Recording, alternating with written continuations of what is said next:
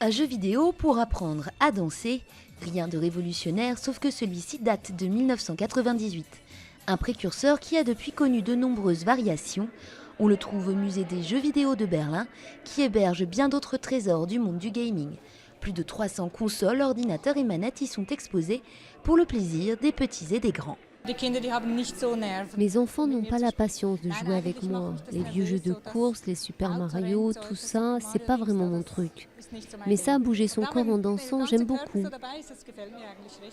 Le maître des lieux, c'est lui. Andreas Lange, passionné du genre, a ouvert le musée en 1997. Depuis, il écume les petites annonces et les marchés aux puces afin d'agrandir sa collection. L'un de ses jeux favoris, c'est le Vectrex, une console américaine non portable, sortie en 1982. Das ist ein Monitor, der in den Spielhallen damals sehr populär war. C'est un écran qui était à l'époque très populaire dans le monde des jeux vidéo.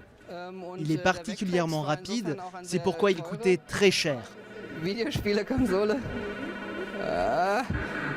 Le musée a accueilli plus de 100 000 visiteurs sur les 3 dernières années. Pour Andreas, c'est la preuve qu'au-delà du loisir, le jeu vidéo fait partie intégrante de la culture.